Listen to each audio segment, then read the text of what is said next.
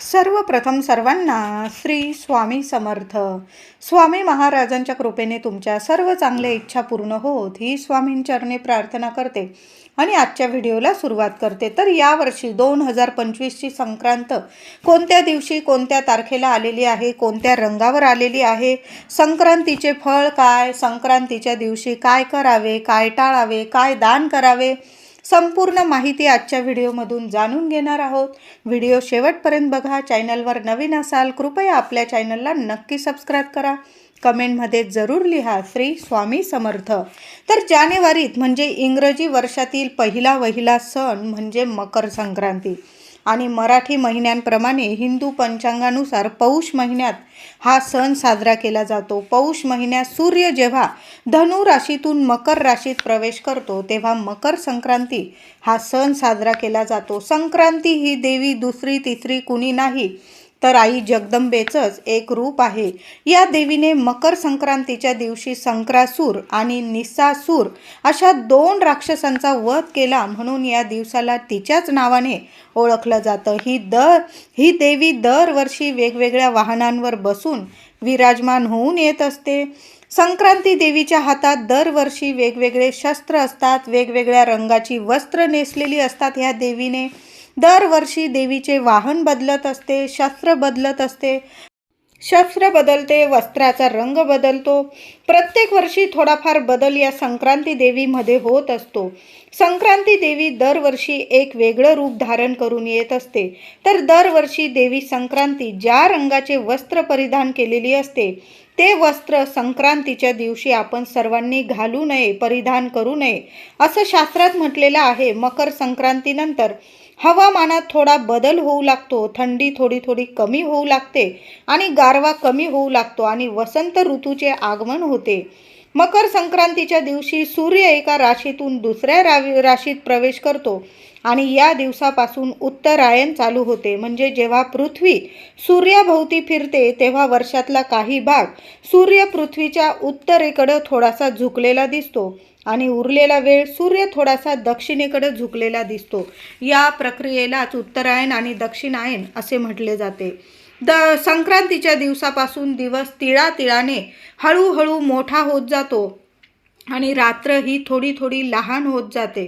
संक्रांतीच्या आधी दिवस लहान आणि रात्र मोठी, तर संक्रांतीनंतर दिवस मोठा आणि रात्र लहान छोटी असं होत जातं. म्हणून मकर संक्रांतीच्या दिवशी स्नान दान या दोन्ही गोष्टींना खूप महत्त्व आहे. पवित्र नदीमध्ये या दिवशी स्नान करणं खूप शुभ मानलं जातं. यामुळे सूर्यदेवांचा आशीर्वाद आपल्याला मिळतो. या दिवशी दान केल्याने सर्व मनोकामना आपल्या पूर्ण होतात. म्हणून आपल्याला जेवढं जमेल ना तेवढं दान या दिवशी नक्की करावं. पुण्यप्राप्ती होते. या दिवशी सूर्यदेवांची पूजा करून अर्घ्य देणे खूप शुभ मानले जाते. म्हणून प्रत्येकाने अगदी लहान व्यक्ती असो किंवा मोठा व्यक्ती त्याने मकर संक्रांतीच्या दिवशी आपली शुभ सुरुवात सूर्यनारायणाची पूजा अर्घ्य देऊन नमस्कार करून मनातील इच्छा बोलून मग सुरू करायची असते. वर्ष कसं सोन्यासारखं जाईल तुम्हाला. म्हणून ओम सूर्याय नमः हा मंत्र जपत सूर्यदेवांना अर्घ्य या दिवशी जरूर द्या. मकर संक्रांतीच्या दिवशी संक्रांत देवीने ज्या रंगाचे वस्त्र घातलेले असेल त्या रंगाचे वस्त्र घालू नये असे म्हटले जाते. दरवर्षी देवी वेगवेगळ्या रंगाचे कपडे घालून येत असते, म्हणून त्या रंगाचे कपडे घालू नये असे म्हणून आपण पूर्वपार ऐकत आलेलो आहोत की मकर संक्रांतीच्या दिवशी काळ्या रंगाचे कपडे घालावे. या दिवशी काळा रंग अतिशय शुभ मानला जातो. तर या वर्षीची मकर संक्रांत मंगळवार रोजी दिनांक 14 जानेवारी 2025 रोजी साजरी केली जाणार आहे. म्हणजे मकर संक्रांतीचा सण हा 14 जानेवारी मंगळवार रोजी हा साजरा केला जाणार आहे. संक्रांतीचे फल मंगळवार दिनांक 14 जानेवारी 2025 शके 1946 पौष कृष्ण 1 रोजी सकाळी 8:54 सूर्य मकर राशीत प्रवेश करीत आहे. संक्रांतीचा पुण्यकाल हा मंगळवारी 14 जानेवारी 2025 रोजी सकाळी 8:54 पासून संध्याकाळी 4:54 पर्यंत आहे. वाहन वाघ आहे, उपवाहन घोडा आहे. तिने वस्त्र पिवळ्या रंगाचे धारण केलेले आहे. शस्त्र गदा हातात घेतलेली आहे. केशराचा टिळा लावलेला आहे. वयाने ती कुमारिका आहे, बसलेली आहे. वासाकरिता तिने जाईचे फूल हातात घेतलेले आहे. पायास भक्षण करत आहे. जातीने सर्प आहे. भूषणार्थ तिने मोती धारण केलेले आहे. वार नाव आणि नक्षत्र नाव महोदरी असून सामुदाय मुहूर्त 45 आहे. ती पूर्वकडून पश्चिमेकडे जात आहे. वायव्य दिशेस पाहत आहे. संक्रांतीचे फळ, संक्रांतीने ज्या वस्तू परिधान केलेल्या आहे त्या वस्तू महाग होतील. संक्रांती जेथून आलेली आहे तेथील जनतेला सुख प्राप्त करून देणार आहे. तर आता कळलंच असेल तुम्हाला, या वर्षीची संक्रांत ही पिवळ्या रंगावर आलेली आहे. आता बऱ्याच महिलांना असा प्रश्न पडलेला असेल की ज्या वर्षी संक्रांत देवी ज्या रंगावर येत असते तो रंग त्या वर्षी आपण परिधान करायचा नसतो, वर्ज्य करायचा असतो. तर हो, ही अंधश्रद्धा नाही आहे. आपण बरेच म्हणजे अगदी आपली पिढीनपिढी ह्या गोष्टी मानत आलेली आहे. म्हणून ज्या रंगावर संक्रांत देवी येत असते, जो रंग परिधान करून येत असते, तो रंग आपल्याला त्या दिवशी संक्रांतीच्या दिवशी वर्ज्य केलेला असतो, म्हणजे परिधान करायचा नसतो. तुम्ही जर या गोष्टी मानत असाल तर या वर्षीची संक्रांत पिवळ्या रंगावर आहे, म्हणून आपण पिवळा रंग हा वर्ज्य करायचा आहे. महिला असो पुरुष असो हा नियम प्रत्येकाला लागू पडतो. म्हणून पिवळा रंग यावर्षी 2025च्या संक्रांतीला पिवळा रंग वर्ज्य आहे. म्हणून पिवळा रंग नेसायचा नाही. लग्न झालेल्या नवीन महिला असतील किंवा आपण सर्व महिलांनी लाल, पिवळा, हिरवा, मोरपिशी, नारंगी, निळा या सर्व साड्यांचे रंग इतके छान असतात. असं नाही की पिवळा रंगच म्हणजे पिवळा रंगच आपण नेसला पाहिजे असं नाही. ज्या वर्षी देवी आई जो रंग परिधान करून येत असते संक्रांत देवी, तो रंग आपण त्या रंगाचे वस्त्र परिधान करत नाही. तर हा नियम प्रत्येकाला लागू पडतो. ज्या वर्षी देवी आई म्हणजे संक्रांत देवी ज्या रंगावर येत असते तो रंग आपल्याला वर्ज्य असतो. तुम्ही मानत असतील या गोष्टी तर नक्की माना. ही अंधश्रद्धा वाटत असेल त्यांनी कोणताही नियम न पाळता तुम्ही पिवळा रंग आनंदाने घालू शकता. पण आपल्या हिंदू धर्मातील चालीरीती परंपरेनुसार दरवर्षी संक्रांत देवी ज्या रंगावर येत असते तो रंग आपण वर्ज्य मानत असतो. म्हणून ह्या वर्षी पिवळा रंग वर्ज्य आहे. आता तुम्ही बऱ्याच महिलांना असा प्रश्न पडला असेल की हळदसुद्धा पिवळी आहे. मग संक्रांतीपासून जे आपण हळदी कुंकू करत असतो, प्रत्येक महिलेच्या घरी आपण प्रत्येक महिला हळदी कुंकू करत असतो. देवी आईला तर रोज हळद आपण वाहत असतो, अर्पण करत असतो. मग हळद व्हायची नाही का? तर या गोष्टी वस्त्रांबद्दल बोलल्या गेलेल्या आहे. ज्या वस्त्राची म्हणजे जो रंगाचं वस्त्र देवी आईने परिधान केला आहे तो महिलांनी पुरुष मंडळींनी तो रंगाचा वस्त्र यावर्षी परिधान करायचा नाही. बाकी हळदी कुंकूच्या गोष्टी यात येत नाही. म्हणून हळद कुंकू देवी आईला तर अर्पण करायचंच आहे. त्याशिवाय पूजाच होत नाही आपली आणि आपलं हळदी कुंकूच होऊ शकत नाही.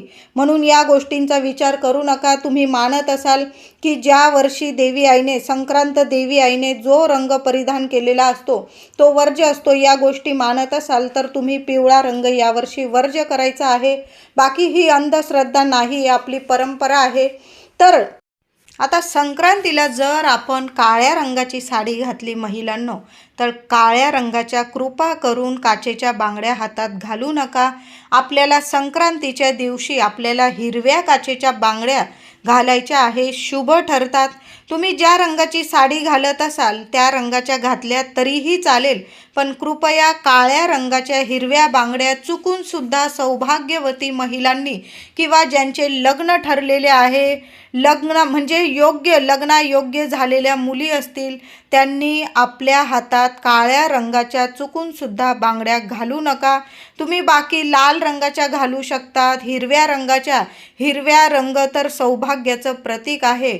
महिलांनो, प्रत्येक महिलेने संक्रांतच्या दिवशी किंवा आदल्याच दिवशी तुम्ही आपल्या हातात काचेच्या बांगड्या भरणं खूप शुभ ठरतं.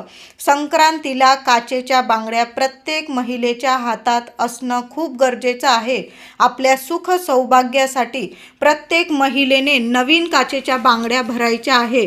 आधीच्या असतील, 4 दिवसात वापरलेल्या असतील, सुतकात वापरलेल्या असतील, काढून टाका आणि नवीन वर्षाचा पहिला सण मोठ्या आनंदाने साजरा करायचा आहे. तर आपल्याला सौभाग्य अलंकारसुद्धा नवीनच परिधान करायचा आहे. आता असं नाही की नवीनच साडी घ्यायची आहे. तुमच्याकडं असेल, तुम्ही धुतलेली नसेल साडी, ती साडी तुम्ही परिधान करू शकता. फक्त पिवळा रंग वर्ज्य आहे आपल्याला. बाकी तुम्ही बाकीचे कलर वस्त्र वेगवेगळ्या रंगाचे वस्त्र तुम्ही परिधान करू शकता. तुम्ही काळा रंग आवडीने घालू शकता. तुम्हाला साथ नसेल, काही ठिकाणी देवी आई आपली कुलदेवी असते, त्यांच्या घरामध्ये जी सौभाग्यवती स्त्री असते, लक्ष्मी असते घरातली, त्या महिलेला काळा रंग किंवा इतर रंग वर्ज्य असतो, म्हणजे परिधान कधीच करत नाही. त्या महिलांनी नका घालू. बाकीच्या महिला ज्यांना त्यांच्या घरात साथ आहे, काळा रंग घालणं साथ आहे, त्यांनी काळा रंग घातला तरी काहीही हरकत नाही. मकर संक्रांतीला काळा रंग घालणं शुभ ठरतं. कारण असं म्हटलं जातं, आपल्या सुख सौभाग्याला हा काळा रंग घातला तर कुणाची नजर कधी लागत नाही. वर्ष कसं सुख शांतीचं जातं, म्हणून काळा रंग घालणं शुभ ठरतं. मकर संक्रांतीच्या दिवशी अंघोळीच्या अगोदर काहीच खाऊ नये. वर्षाच्या ह्या एक दिवशी अंघोळी अगोदर काहीच खाऊ नये, एवढे तर नियम पाळूच शकतो आपण. मकर संक्रांतीला नख कापू नये. मकर संक्रांतीला केस कधीच धुवू नये. भोगीला म्हणजे संक्रांतीच्या आदल्या दिवशी आपल्याला केस धुवायचे असतात. यावर्षी म्हणजे 13 जानेवारीला सोमवार दिवशी भोगी आलेली आहे. आता बऱ्याच महिलांना असा प्रश्न पडला असेल की सोमवारी पौष पौर्णिमा पण आलेली आहे, भोगी पण आलेली आहे आणि सोमवारसुद्धा, तर या दिवशी केस धुवावे का? डोक्यावरून आंघोळ करावी का? तर हो, आपल्याला 13 तारखेला भोगीच्या दिवशीच आपल्याला केस धुवायचे आहे. सर्वांनी केस, आपल्याला शास्त्रात असं म्हटलेलंच आहे की भोगीच्या दिवशीच आपल्याला केस धुवायचे आहे. संक्रांतीच्या दिवशी आपण कधी पण केस धुवू नये, म्हणजे डोक्यावरनं आंघोळ करू नये. आता कळालं असेल सर्व माझ्या महिलांना की 13 तारखेला सोमवारी पौष पौर्णिमेच्या दिवशीच आपल्याला सर्व महिलांना, पुरुष दादा असेल, लहान मुलं असेल, भोगीच्या दिवशीच आपल्याला केस धुवायचे आहे. आणि अंघोळीच्या पाण्यात आठवणीने तिळाचं उटणं, तिळाचं तेल किंवा पांढरी तीळ टाकूनच आंघोळ करायची आहे.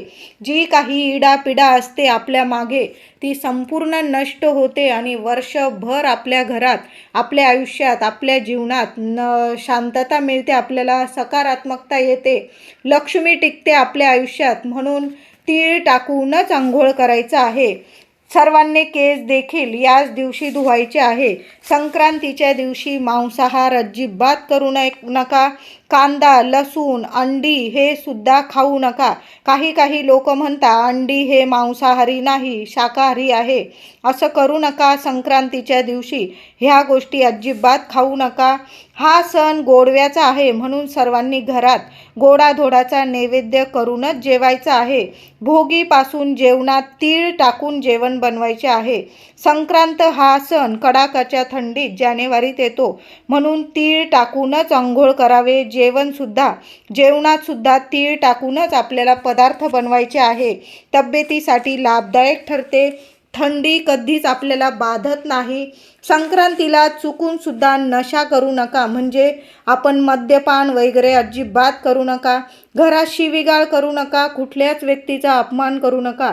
असं म्हटलं जातं की संक्रांत, भोगी, कर हे तिन्ही दिवस वर्षातले खूप महत्त्वाचे ठरतात.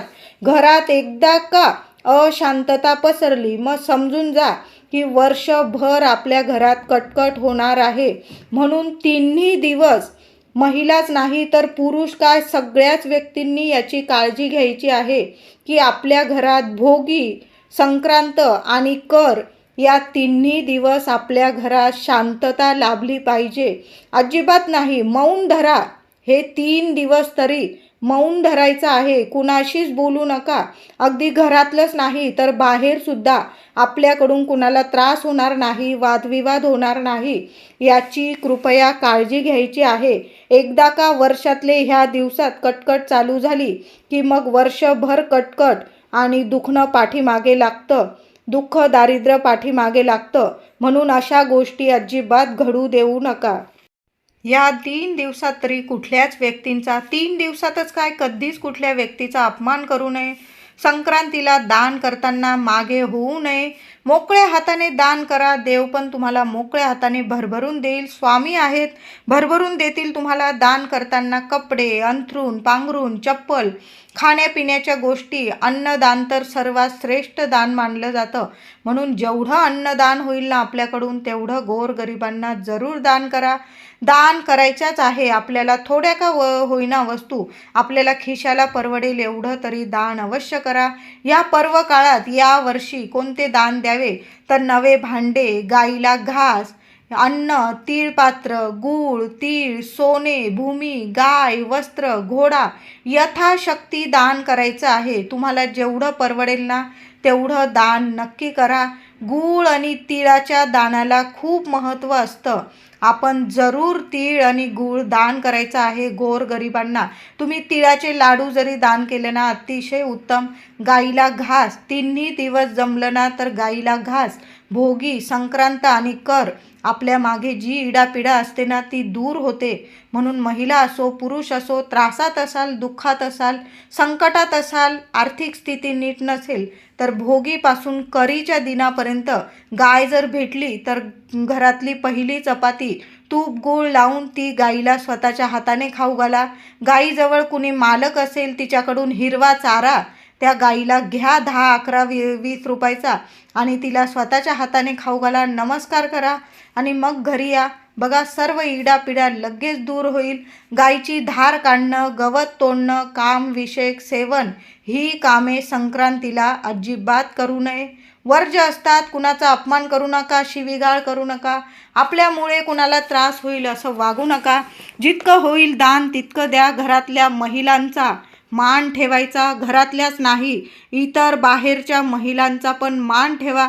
साक्षात लक्ष्मी स्वरूप असतात महिला म्हणजे, आणि त्या लक्ष्मीचा मान ठेवणं म्हणजे साक्षात लक्ष्मीचा मान ठेवणं असतो.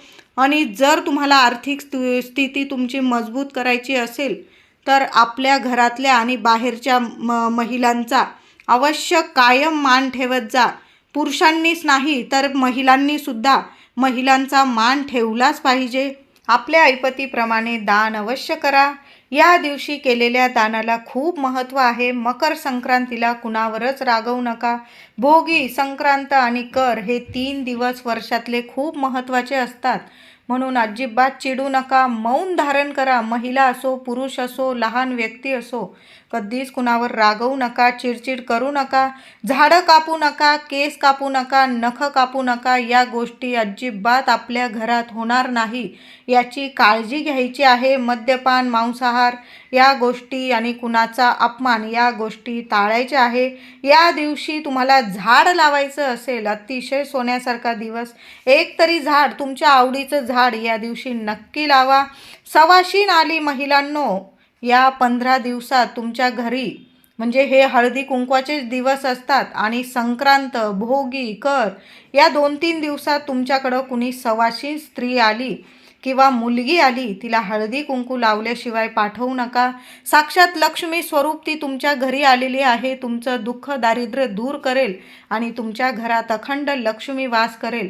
म्हणून तिला खाली हात जाऊ नका. चहा, दूध काहीतरी द्या, एखादं फळ द्या, तिला हळदी कुंकू लावा. तिला लांबूनच नमस्कार केला तरीही चालेल, पण नमस्कार करा आणि मग बघा तुमच्या घरात किती सुख शांती येते.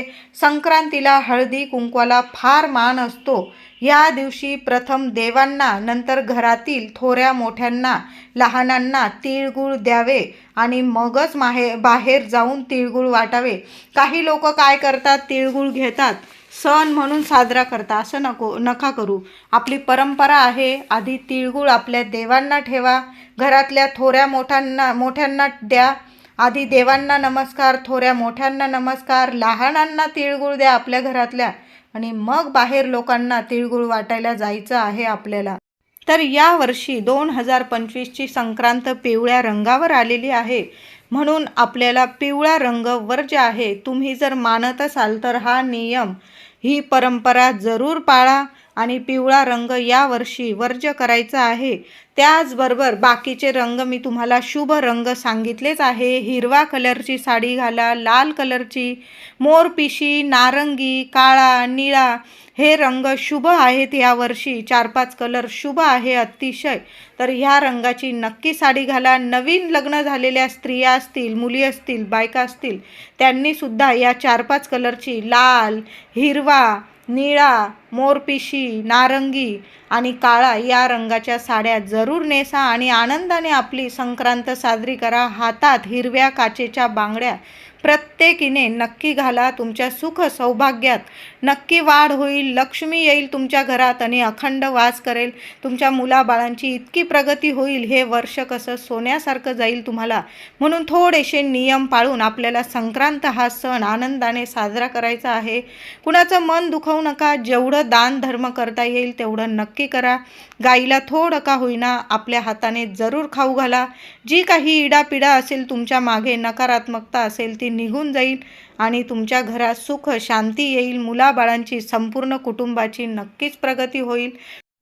मकर संक्रांतीच्या दिवशी किंवा मकर संक्रांतीच्या आधीच आपल्याला या 5 वस्तूंपैकी एक तरी वस्तू आपल्या घरात नक्की आणायची आहे. 5ही वस्तू आणल्या तर अतिशय उत्तम.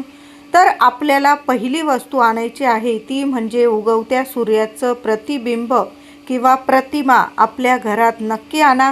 तुम्ही मुख्य दारावर किंवा घरात आतून जरी लावून दिली तरीही चालेल. पूर्वेकडे तोंड करून आपल्या घरात सूर्याची प्रतिमा अवश्य लावा.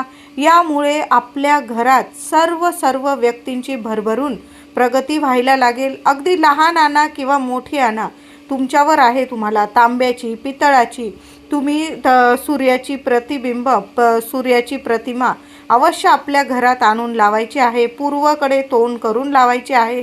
म्हणजे पूर्व दिशेला लावा, म्हणजे आपलं रोज सूर्याचं आपल्याला दर्शन झालं पाहिजे.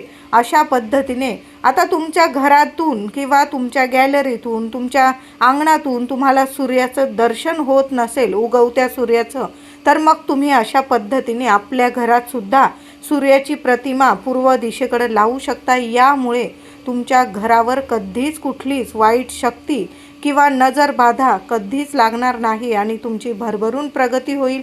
त्याचबरोबर आपल्याला मकर संक्रांतीच्या आधीच महिलांनो आपल्या घरात काळी तीळ पण आणा आणि पांढरी तीळसुद्धा आणायची आहे. हे सांगायलाच नको, कारण आपण प्रत्येकजण आपण लाडू तर बनवणारच आहोत. महिला आपण तर लाडू बनवायला आपण पांढरी तीळ आणतोच, पण त्याबरोबर थोडी का होईना काळी तीळ जरूर आणा आणि त्या काळी तीळीतून थोडीशी काळी तीळ आपल्याला दान करायची आहे.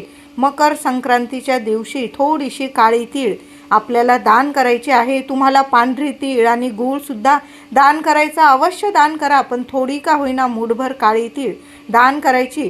आणि मकर संक्रांतीच्या दिवशी सकाळपासून संध्याकाळपर्यंत मूठभर तीळ घ्यायची.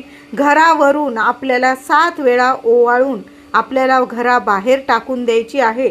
यामुळे काय होतं ना, आपल्या घरातली नकारात्मकता, इडापिडा, दुःख, दारिद्र्य, गरिबी निवारण होते, नष्ट होते आणि अखंड लक्ष्मी नांदते. म्हणून महिलांनो मकर संक्रांतीच्या दिवशी दिवसभरात संध्याकाळपर्यंत आपल्या घरावरून मूठभर काळी तीळ उतरवून टाकून द्यायची आहे. त्याचबरोबर गूळसुद्धा आपल्याला आपल्या घरात आणायचा आहे. अगदी चांगला किलो, 1.25 किलो गूळ घेऊन या. गूळ कधीच खराब होत नाही. गूळ म्हणजे साक्षात लक्ष्मी आहे. आपल्या घरात ही लक्ष्मी नक्की आणा महिलांनो. तुम्हाला दान करायचं असेल गूळ एखाद्या गरिबाला किंवा आपल्याला एखाद्या मंदिरात, स्वामी मंदिरात किंवा दत्तगुरू महाराज मंदिरात, श्रीहरी विष्णू किंवा तुमच्या घराजवळ देवी मंदिर असेल एखादं, तर तुम्हाला 1.25 किलो गूळ दान करायचा असेल, अवश्य दान करा. इतका सुंदर अनुभव येईल. साक्षात लक्ष्मी नारायण तुमच्या घरात वास करतील. त्याचबरोबर तुम्हाला ब्लँकेट, पिवळ्या रंगाचे ब्लँकेट आपल्याला या दिवशी म्हणजे मकर संक्रांतीच्या आधीच आणून ठेवा. आपल्या घरात पिवळ्या रंगाचं एक तरी ब्लँकेट खरेदी करून नक्की आणा. सोन्यासारखे दिवस येतील. तुम्हाला ब्लँकेट दान करायचे असतील तर तुम्ही दान पण करू शकता. पण ब्लँकेट, आपल्या घरात ब्लँकेट एक तरी पिवळ्या रंगाचं नक्कीच घेऊन या. तर या 5 वस्तूंपैकी मी तर म्हणेल या 5ही वस्तू नक्की खरेदी करून आणा. सोन्यासारखे दिवस येतील. तर व्हिडिओ आवडला असेल लाईक करा, शेअर करा, चॅनलला कृपया सबस्क्राईब करा. धन्यवाद.